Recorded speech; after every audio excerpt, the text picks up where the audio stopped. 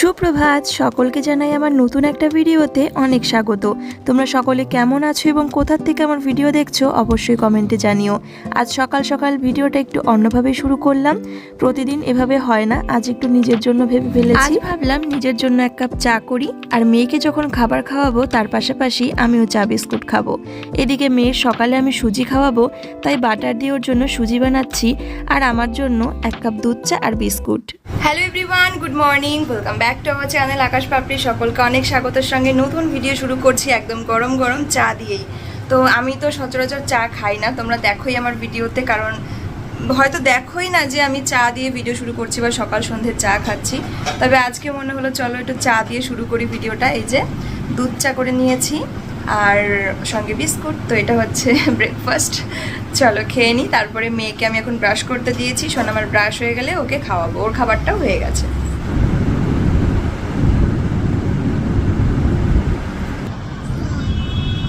মেয়ের খাবার খাওয়ানো, স্নান করানো, জামা কাপড় কাচা ধোয়া এবং যাবতীয় আরও কিছু কাজকর্ম তো সম্পূর্ণ হয়ে গেছে। এবারে ভাবলাম বেশ কিছু কাজকর্ম একটানা একটু সময় নিয়ে করে নেব, ঘরের কাজকর্মগুলো। তো প্রথমেই আমি বিছানার চাদরটাকে আগে চেঞ্জ করে নেব, আর এটাকে আজকে আর কাচবো না। সকালে আমার মেয়ের জামা কাপড় কাচা ধোয়া হয়ে গেছে, আর আবহাওয়াটা আজকে বেশ মেঘলা, মানে একটু হাওয়া উঠছে বাইরে, আবার একটু রোদ বেরোচ্ছে, আবার একটু বৃষ্টি পড়ছে, আবার বৃষ্টি থামছে, তো বিভিন্ন রকম আবহাওয়া। তো সে কারণে আর বিছানার চাদর এটা ওটা কাচা ধোয়া করব না।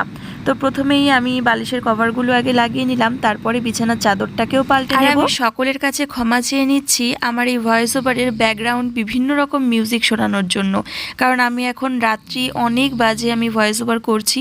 ওদিকে কিন্তু আমার বর মেয়ে সবাই ঘুমাচ্ছে, বরের নাক ডাকা, আর তার উপর বাইরে বেশ জোর বৃষ্টি পড়ছে, হয়তো তোমাদের কাছে খুব একটা বেশি স্বচ্ছ হচ্ছে না আমার ভয়েস ওভারটা।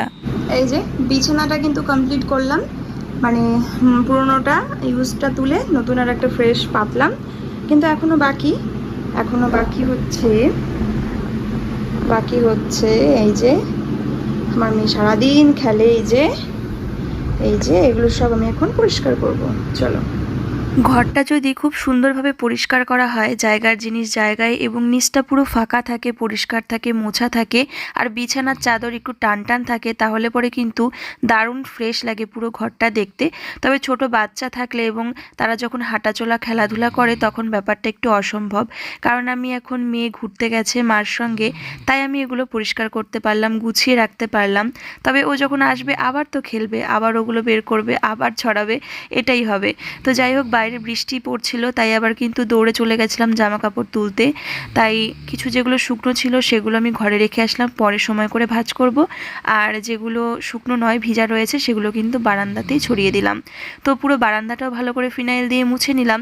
এবার ঘর মোছা হতে না হতেই ওদিকে বাইরে জোর বৃষ্টি শুরু হয়ে গেছিলো, জানো তো।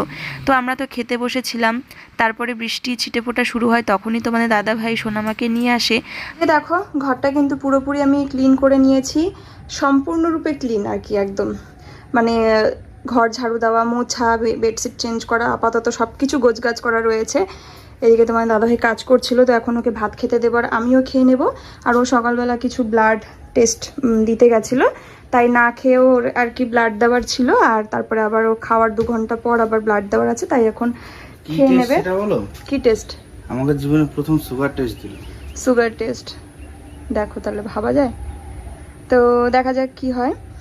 আর এইদিকে মানে খাওয়ার আগে একটা থাকে, সেটা দিয়ে আসলাম। ভাত খাওয়ার 2 ঘন্টা পর, এবং ভাত খাওয়ার 2 ঘন্টা পর আবার একটা দিতে হবে। হ্যাঁ, আর আমি এখনো ভিডিও এডিটে বসতে পারিনি, জানো তো। ভীষণ এদিকে আকাশটা বা একটু পরপর মেঘলা করে, আবার একটু পরপর রোদ ওঠে। এখন তো পুরো অন্ধকার হয়ে গেছে।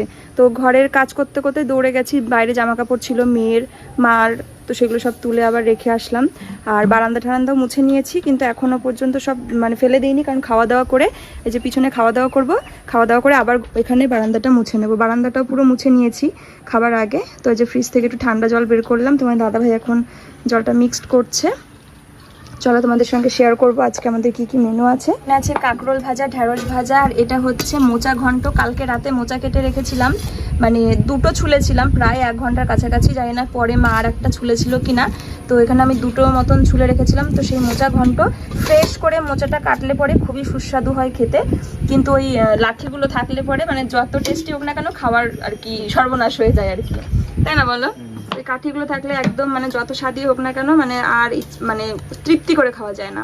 আর এইদিকে দেখো একটা নিরামিষ সবজি বা ঘ্যাট বা মানে যা কিছু বলতে পারো, এক একজন এক এক রকম বলে, বাট রেসিপিটা একই।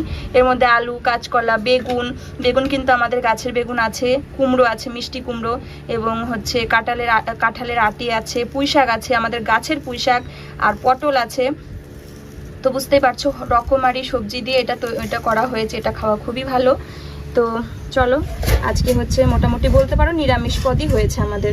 তো তোমার দাদা ভাইকে খেতে দিয়ে দিই। এদিকে দেখো বাইরে কি সুন্দর হাওয়া হচ্ছে, আর আমিও খেয়ে নিই। যে আমার লক্ষ্মী সোনাটা ঘুম থেকে উঠে পড়েছে, আর এখন সোনা মামাম কি খাচ্ছে? দুধু। সোনা মা যে এখন পিডিয়াশিওর খাচ্ছে। ওকে আমি কিন্তু এটা সন্ধ্যাবেলা করেই দেই, সন্ধ্যের সময় দেই। নাও, ভাল লাগে তোমার? কেমন খেতে? কেমন টেস্ট? খুব টেস্ট না? শোন না মামার খাওয়া, তারপর একটু তুমি ঘুরু ঘুরু করবা। প্রচণ্ড মশা কামড়ায় জানো তো আমার সোনামাকে, আমাকেও খুব মশা কামড়ায়। এর আগের দিন কৃষ্ণনগর গেছিলাম, তো সেই দিনকে সোনামা নাই করে 15-16টা মশার কামড় খেয়েছে। আর আজকেও জাস্ট 5 মিনিটের জন্য একটুখানি বাইরে নিয়ে গেছি, মানে মা নিয়ে গেছে। আর একটা মানে মস্কুইটো যাতে বাইট না করে একটা লিকুইড একটা পাওয়া যায়, ওটা আমি ওর ড্রেসে লাগিয়েও দিয়েছি জানো, পিছনে সামনে। নিয়ে গেছে সঙ্গে সঙ্গে একটা মশার কামড় হাতে। দেখি হাতটা কোথায় যেন কথা, এই দেখো দেখি, এই যে কামড়ে দিয়েছে। মানে প্রচণ্ড পরিমাণে মশার কামড় খায়। এই দেখো কত যে ও মশার কামড় খেয়েছে। বলছে একাই জিভ দিয়ে উঁচু উঁচু করতে হয়, চামচ উঁচু করতে হয়। হ্যাঁ পেরেছো? হ্যাঁ, তুমি এটা খেতে হবে না, তুমি অন্য খাবার একা খাবে। এই যে সোনামার জন্য আমি এখন একটা খাবার বানাবো, চিড়ের পোলাও বলতে পারো, কিন্তু এর মধ্যে অনেক ভেজিটেবল দিলে পরে আরও টেস্ট হয় এবং আরও বেটার হয়। কিন্তু এই মুহূর্তে মানে এটার সাথে যা যা ভেজিটেবল যায় সেগুলো আমার কাছে নেই। তো সেই জন্য অবশ্য অল্প একটু মিষ্টি কুমড়ো দেওয়া যেতে পারে, যেটা ইনস্ট্যান্ট আর কি, তেলের মধ্যে গলে যাবে। মিষ্টি কুমড়ো, পেঁয়াজ এগুলো দেওয়া যেতে পারে। তো চলো দেখি ওগুলো দেওয়া যায় কি। আর ডিম দেবো, অবশ্যই একটা ডিম। আর এই যে চিড়ে থাকছে, চিড়েতে আই থিঙ্ক ফাইবার, আর ডিম যাবে, একটুখানি লবণ দেবো, একটু তেল যাবে। তো চলো ভেজিটেবল আগে একটু দেখি কি দেওয়া যায়, রেডি করে নিই, তারপরে আমি রেসিপিটা শেয়ার করছি তোমাদের সঙ্গে। রান্নাটা কিন্তু আমি ঘি দিয়ে করব, তাই সবার আগে গ্যাসটা জ্বালিয়ে দিয়ে কড়াইতে কিছুটা ঘি দিয়ে দিলাম।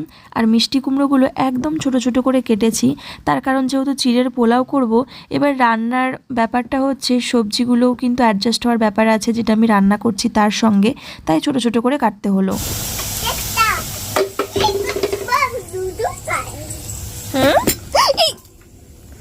দিলি তো সব ফেলে দিলি তো? হ্যাঁ, শুধু বদমাইশি করা। দেখো আমার সোনামাটা এসে কেমন দুষ্টুমি করে দিল। কাজের মধ্যে যখন এরকম করে মাঝে মাঝে একটু মাথাটা গরমই হয়ে যায়, কিন্তু পরে খুব কষ্ট হয় ব্যাপারটা ভাবলে যে সোনামাকে বকলাম। তবে জানো তো এরকম ভাবে অনেক বিপদও ঘটে যেতে পারে। এখানে যদি গরম জল থাকতো কি হতো। রোশিনীর জন্য চিড়ের পোলাও রেডি, যেটা ডিম, মিষ্টি কুমড়ো আর নুন হলুদ দিয়ে করেছি। গোলমরিচের গুঁড়োটা ফেলে দিয়েছি, কারণ অনেক দিন হয়ে গেছিলো, তো প্যাকেটটা ফেলে দিয়েছি, কিছুটাই ছিল। আর একটু সামান্য 1 চিমটে ম্যাগি মশলা দিয়েছি, জাস্ট একটু একটা সুন্দর গন্ধ আসে তার জন্য। আর আমি কিন্তু নিজেও একটুখানি টেস্ট করে দেখলাম, অপূর্ব হয়েছে খেতে। মানে এরকম করে চাইলে কিন্তু বড়রাও বানিয়ে খেতেই পারে। আর এখানে যদি বাচ্চাদের জন্য গাজর, মিষ্টি কুমড়ো, একটু আলু, পেঁয়াজ, হ্যাঁ যত রকম, একটুখানি কুচু কুচু করে বিনস, যেহেতু আমার কাছে এখন বর্তমানে আলু, মিষ্টি কুমড়ো এগুলো ছাড়া কিছু অ্যাভেলেবেল নেই। তো চলো, আমার তো বেশ পছন্দ হয়েছে খাবারটা, মানে বেশ টেস্টফুল হয়েছে, আমার কাছে তো ভালোই লাগছে। এর মধ্যে কিন্তু অনেক রকমের ভেজিটেবল দিয়ে, পনির একটু টুকরো টুকরো করে, ডিম, তো এরকম করে বানিয়ে দেওয়া যেতেই পারে। তো সোনামার জন্য আমি বানালাম। এবার চলো ওকে দিই, দেখি ওর কতটা ভালো লাগে, ও খেয়ে কি বলে। মেয়ে আবার যদি ভালো লাগে বলবে টেস্ট, আর যদি ভালো না লাগে তাহলে খেতে চাইবে না। তো চলো ওকে এবার দিই, একটু গরম গরম আছে, একটু ঠান্ডা হোক তারপরে ওকে দিচ্ছি। এবার মাম্মার জন্য খাবারটা নিয়ে যাই, দেখি ওর কেমন লাগে। ও মা, তোমার জন্য কি এনেছি দেখো, কেমন টেস্ট, ভাল লেগেছে তোমার? ওই দেখো আমার মাম্মা একা একাই খাচ্ছে, চামচে করে তুলে তুলে। Good girl. দেখেছো কি লক্ষ্মী সোনা, বাহ তুমি একা একাই খেতে পারো মা? ওরে আমার সোনারে মাকে।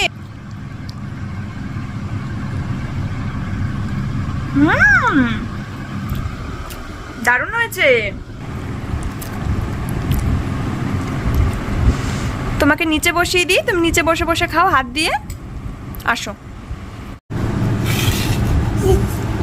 টেস্ট আচ্ছা শোনো আমার, খাও। তোমার ভালো লাগলে আমি রোজ বানিয়ে দেবো। আমি একটু উঁচু করে ধরি। আচ্ছা নাও খাও। তুমি চামচে করে খেতে পারো? বাহ,